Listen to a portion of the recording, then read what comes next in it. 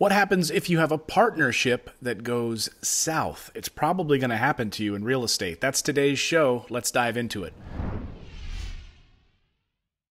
Hey everyone, I'm Clayton Morris. Welcome to the Investing in Real Estate Show. Thank you so much for dialing us up. I'm sure you found us because you're worried about maybe a partnership, a contractor, a property management team, a banker, a private equity partner, who knows, right?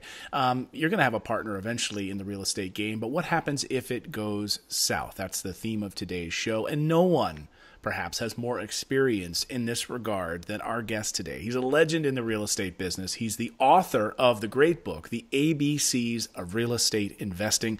He's a rich dad advisor for real estate to Robert Kiyosaki. He's become a good friend over the past couple of years. He's been an advisor to me on some stuff that I had to deal with as well, and he's become a great friend. Ken McElroy is back on the show. Ken, great to see you again, man. Thanks, Clayton. Great to be on, as always. Well, thanks so much. And, this is a bit of a painful topic, I guess. People don't want to think about this, right? I guess this is probably the thing I think that circulates through people's mind when they're thinking about taking action in real estate, right? For whatever reason, they're happy to sort of blindly put money in the 401k, right? Then we saw what happened during the crash. People lost almost their entire life savings during the crash, right? Yep. And people are fine to kind of put their money blindly in the stock market. They have no control over it whatsoever. They invest in Coca-Cola, and then Coca-Cola hires Britney Spears as a spokesperson, and then their stock tanks for some reason, and then they lose all the money they put into Coca-Cola. But when it comes to real estate investing, I guess people get even more cold feet because maybe it is that they do have more control over their own destiny, and they are taking action on their own. And so the thought of having a sour partnership is the thing that I guess scares them the most, right? It does, and it's legitimate, honestly. Real estate is a business, and I think those other examples you talked about. I think it has to do with time and people's ability, like you said, get off the couch. It takes real time and real knowledge to put together partnerships and to buy real estate and hire property management companies or manage it yourself.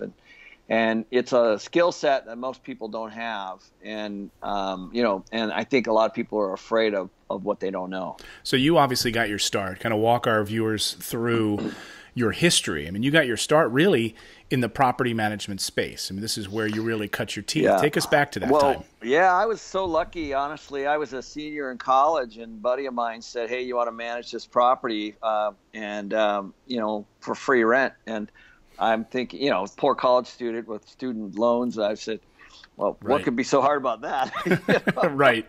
So I ended up moving downtown Seattle into this property, and it was small. It was only 60 units, but had lots of tenants and lots of problems. And I was renting units and turning units and collecting rent, and not collecting rent, and chasing rent, and all of those things. And so that was my first experience. It was a great experience. It was just a little bit over a year, and then I ended up actually getting into the business, getting my real estate license, and managing, several thousand units from Tacoma all the way down through, even north of Seattle area, anywhere from 8 units to, 300 units, all up and down the Interstate 5.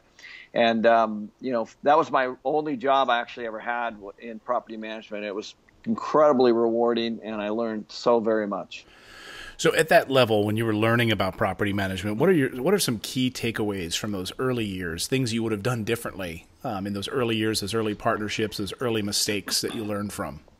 Well, I think the number one thing and the simplest thing that can eliminate most problems is so simple, and that is vetting your tenant. And every single problem comes from that. Not everyone, but the majority. So, and what happens is people, it's like if you're getting a home loan, you're paying the lender to run your credit. Well, it's surprising to me how many landlords don't do that. So just having somebody fill out a credit application and telling them you're going to run a criminal credit background check. Now, we run also a sex offender check. That's fairly new for us. So we just tell everybody we're doing that. So we'll do probably 400 or 500 a month of these credit checks, and the tenant pays for them. So that's the first line of defense, because if somebody is a felon, or somebody has a bad credit history or whatever it is, they're going to take the application and they're never going to come back. And so, so that's kind of the first thing. So getting the right person in the place, whatever it is, a single family home, a townhome, an apartment, doesn't really matter, is probably the number one mistake people make, and the number one thing that people can avoid. That's amazing that they don't do these credit checks, and they don't check. I mean, every one of our property management teams is supposed to do that, and of course they do. I get emails from property management companies that say to us, well, we have a person that has a sex offender record. Is this somebody you would want to allow into your property? And you like, no. But I'm glad that they do those checks. And because the property was close to a park, they might be violating this if they were placed in that property. So that's certainly good to know about. So tell me now, like, when you look at the property management piece, that has been where you cut your teeth. So screening a tenant, what about hiring the contractors or doing tenant turnovers? You mentioned you were doing a lot of tenant turnovers, of course. Talk about that piece and where those partnerships can go south. Well, I can tell you, I've been burned on almost everything on the contractor side. So, obviously when you turn an apartment or you turn a house or whatever, there's always stuff, from roofing to plumbing to electrical to landscaping to painting to flooring. It doesn't really matter. Honestly, I've been burned on every one, and multiple times. And so, what happens is you should always get several bids, and you should do thorough checks to make sure that these contractors, have a nice record or have a track record. In my opinion, you don't really want to go with somebody that is new, and you don't really want to go with somebody that doesn't have a history of completing the projects and paying their bill, and if you're on most of these contractors, if they require a big upfront, payment, for example, that can be a problem. But most of the time, it's, Clayton, in my experience, has been if you want to go with somebody who's licensed and bonded and is registered with the registrar of contractors. And even though they might be a little bit more, you're going to have a lot less headaches than, somebody that's, a tradesman that's, that can be, you can do something halfway, and then, you have to go in and fix it later. Right. I mean, so you've been burned across every spectrum of the contractor experience. I think we have too. I mean, it's just commonplace. I mean, is this something that you should just build into your thought process, that it's going to happen? Absolutely. You have to, honestly, you have to go there, as terrible as it is. I mean, you just think about it. These companies, a lot of times, they're very cyclical. So a renovation contractor, I think on one project that we bought in Mesa, I think we're on our third or fourth one, in 2 years. And they're low margin businesses. So you got to put your, who are they and how are they paying their people? So what happens in the contracting business is they oftentimes are very poorly managed. And so they might have multiple projects going, and they're taking your money and they're paying somebody else. And so, all of a sudden the guys that are working on your job aren't getting paid because they used the money to pay, something on somebody else. And so you got to really dig into the cash flow and the operations of the actual vendor. I've had this happen with contractors. We've given contractors $5-10 grand to go out and buy plants, because they need that. They don't have a credit line anywhere. And then, of course, that's it. We never see them again. So it's happened to me, and it's horrible, But the only thing that you can do is that you have to you want to make sure that they have proper credit at, like we'll just pick on a landscaper. You want to make sure they have proper credit, and they can go get plants and trees and sod and things like that from a vendor, and that you're taking care of them within the 30 days so that they're not extended or something like that, Right. and it's the same thing with flooring, we've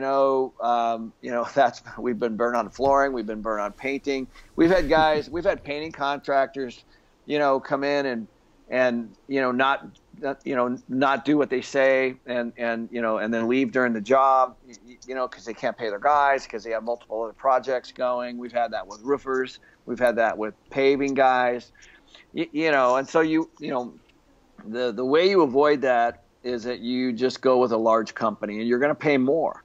There's an illusion, oh, hey, I can save, 10, 20, 30% over here with this guy that's just running out of his garage. And that's probably true, but you're not going to get all that other stuff. And it's just, you want a company that, and by the way, I'm hammering away on these contractors. There are some amazing contractors out there, and I just want to point that out. There are, and you just got to find them. So how do you find them? Here's one of my tips, and this has worked for us, which is, honestly, getting free estimates and free bids. One way to do it is to go to Craigslist, and there'll be contractors that post there for free estimates, right? And that's how or hold an event where you invite, a bunch of contractors to come and kind of tell you about what they do. Come out, get different bids, see what they have to offer. How do you find good contractors and kind of keep them happy, right? Because if you find a good contractor, you don't want to lose them. Yeah. Well, I think that it's kind of like finding a property manager. It's the same process. What kind of track record have they had?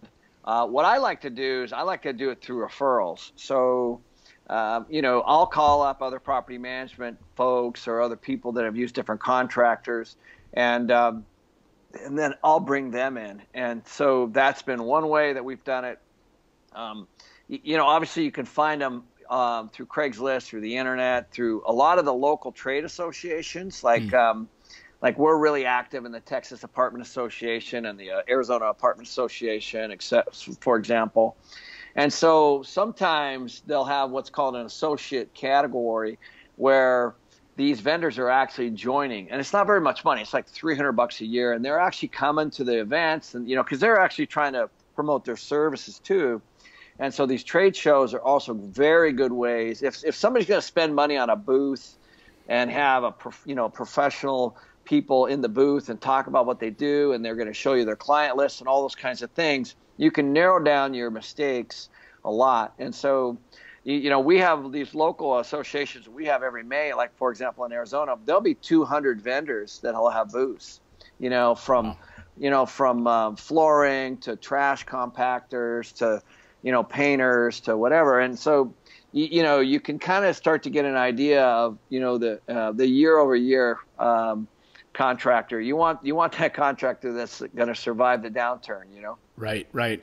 Yeah. And another thing to do, this is a little thing that I like, because I'm a customer service kind of person where I want to be able to get then someone on the phone. And so we'll call different contractors, and sometimes if you call some contractors, like a paving company for driveway or whatever it happens to be, and if they've got an answering service that will actually get back to you in a timely fashion, then that means that contracting team values bringing in new business, actually has set up a receptionist service to actually take calls and get back to people in a timely fashion.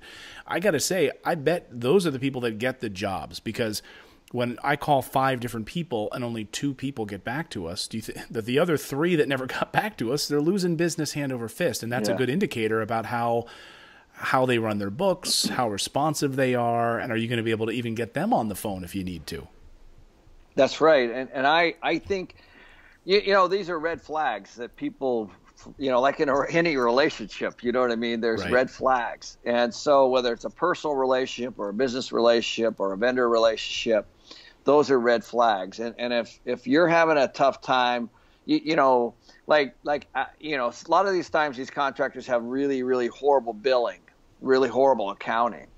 Well, if you've called their client list and said, how are they on billing, and how are they on this, and how are they on that, and you've asked those questions and they're horrible, the chances of them, not being horrible for you are the same. Right. So, these are obvious red flags, and one of the bigger issues that I've seen, it's hard to find it's just sometimes it's hard to spot the ethics issue and the character issue, behind some of these contractors. But there are, we've had that. We've seen guys come to town, and put up a big faux, hey, this is who I am, and and then they'll take people's money and then they'll skip town. We've had that. So you just start to narrow that down, though, with, how long have you been in business? How long have you been in business in Arizona? How long have you been in business in Texas? And, you start to do that year over year, you know what I mean? And I just really think that you got to be, and what happens, most people, they get in a rush. They're like, hey, we really need to put this deal together. We really need to put this partnership together. I'm only here for 24 hours. I'm only here for 48 hours.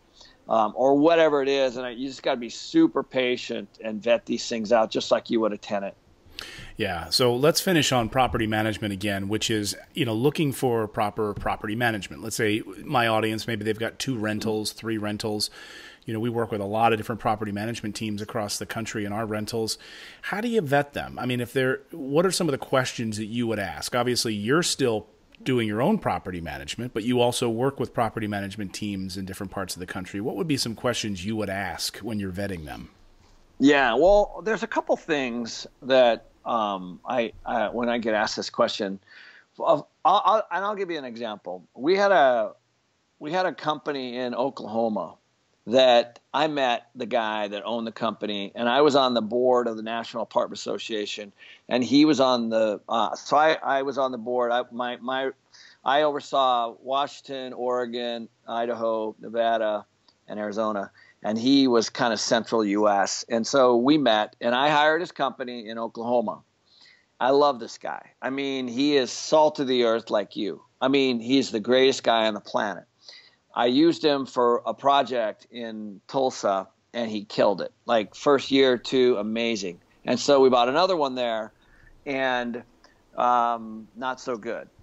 And same guy, though, okay? And so the reason I'm telling you the story is you can have a really good company with a really good reputation and a really good person, but what he did is he put the wrong person at the property. Mm-hmm. And so he hired poorly, okay? And it can happen. And so what I always tell people is, and this is a guy that I really still like, but he made a really bad decision. And I've made that mistake. I've hired poorly. And so it really boils down to who's actually the boots on the ground, who's the actual one actually handling your property. And what's their experience like? Do they follow through? Do they follow the rules? Do they enforce the lease? Are they proactive when they're calling you and emailing you, texting you, and all those kinds of things? So it has a lot less to do with the company, although it does help. Obviously, because he ended up, letting that person go and hiring a new person, and then, we shored up that problem. But I lost a year of, what I would call medium to poor performance on that property, result of that one bad hire. And so it can happen. You can have a really good company and bad people running your building. And so it actually, believe it or not, where I focus is at that level. So I actually still interview managers for my properties, even though I'm 4 or 5 layers up. I think it's the most important critical piece that I want to make sure that they haven't jumped around. I want to make sure that they have a lot of experience. I want to ask them hard questions about tenants, how they handle the problems, how they handle the maintenance issues, and all those kinds of things. And those are the things that I get involved in, because if I can find that good person and put them on the project, then all my mistakes, all the problems, and all those kinds, and the performance goes up. Right. So it doesn't really matter who the company is, really. Although it does, sometimes they do a very good job of hiring, and good companies do attract good property management people. So I look at both of those things when I'm figuring all that out. That's great. No, some great tips and advice, Ken. I really appreciate it. People can learn more about everything you're working on over at kenmcelroy.com. I should mention, I've been a guest on there with you as well, the Rich Dad Radio Show. that Robert Kiyosaki and his wife, Kim, host as well. So you're on there on a regular basis. And what's coming up for you in 2019? Any big projects you're working on? I always love hearing about, last thing you were doing was some big project with billboards, right? And electronic billboards. And we're heavy on the billboards. We're doing billboards. We're doing self-storage. We got some office buildings. Really what we're doing is we're selling, as you know, a couple $100 million worth of real estate, and we're gonna net quite a bit, out of that, and we're gonna create a fund for new construction, because we can still, believe it or not, we can still build at like 6.5 cap rate, and which is very, very good. You can't buy at that, so having that spread is good. And so Ross and I are right now we've got several projects under construction now. We're out getting land right now on some new deals, and ground up construction's fun. The only problem with it, of course, is there's no return for several years. Because first land doesn't produce, and then you're under construction, that doesn't produce, and then you got to fill it, and only then does it produce. So there's a lag for cash flow, but that's kind of where we're going to do. We're hoping for the next couple of years we can bridge the gap, and then hopefully there's a big real estate crash and we can go in and buy again. So. Yep, that's what I know Robert's sitting on right now too, waiting for that to come. Yeah, and the last thing I just would tell your folks is that being liquid, having excess capital is good. So you should definitely be investing in real estate, as I am and as you are, but you also should have some cash, in my opinion, on the sidelines right now, waiting for, I've had people tell me they think 2020, 2019 could be, kind of the end of this cycle for my space for commercial. Yeah. Well, good. Yeah, having that extra reserve to be able to go out there and snap up some deals. I mean, we all saw what happened during the last crash in 2008, and that's how guys like you and smart investors made a lot of money. Yep. So you make it when you buy, for sure. Absolutely. Well, Ken, great to see you as always, my friend. I hope I get to see you. The last time I saw you, we had lunch a few months ago. I hope I get to see you here in the fall. We'll be able to connect and hang out again. Come on out to Arizona. It's really hot now, but it won't be in the fall. So yeah, when we're starting to get ready for snow and everything else, you guys will be sitting by the pool. I know. Tough life out there. Ken, great to see you, my friend. Always a pleasure having you here on the show. For sure, Clayton. Hey, great chatting with you. You bet. Thanks so much, Ken. And thanks to all of you for downloading and subscribing to the show. If you're not a subscriber, please hit the bell down there, subscribe. And also you can download our Freedom Cheat Sheet, which we make available for free. It's there, 3 pages. It's easy. Just click on the link right there, and it'll walk you through kind of how to figure out what your expenses are every month and how to then reverse engineer that and figure out, what do I need in real estate for passive income in order to become financially free? That's the whole reason we do all of this. It's the cash flow. We'll see you next time here on the Investing in Real Estate show, folks. Now go out there, take action, become a real estate investor, and as Ken said, keep some money in the bank. We'll see you next time.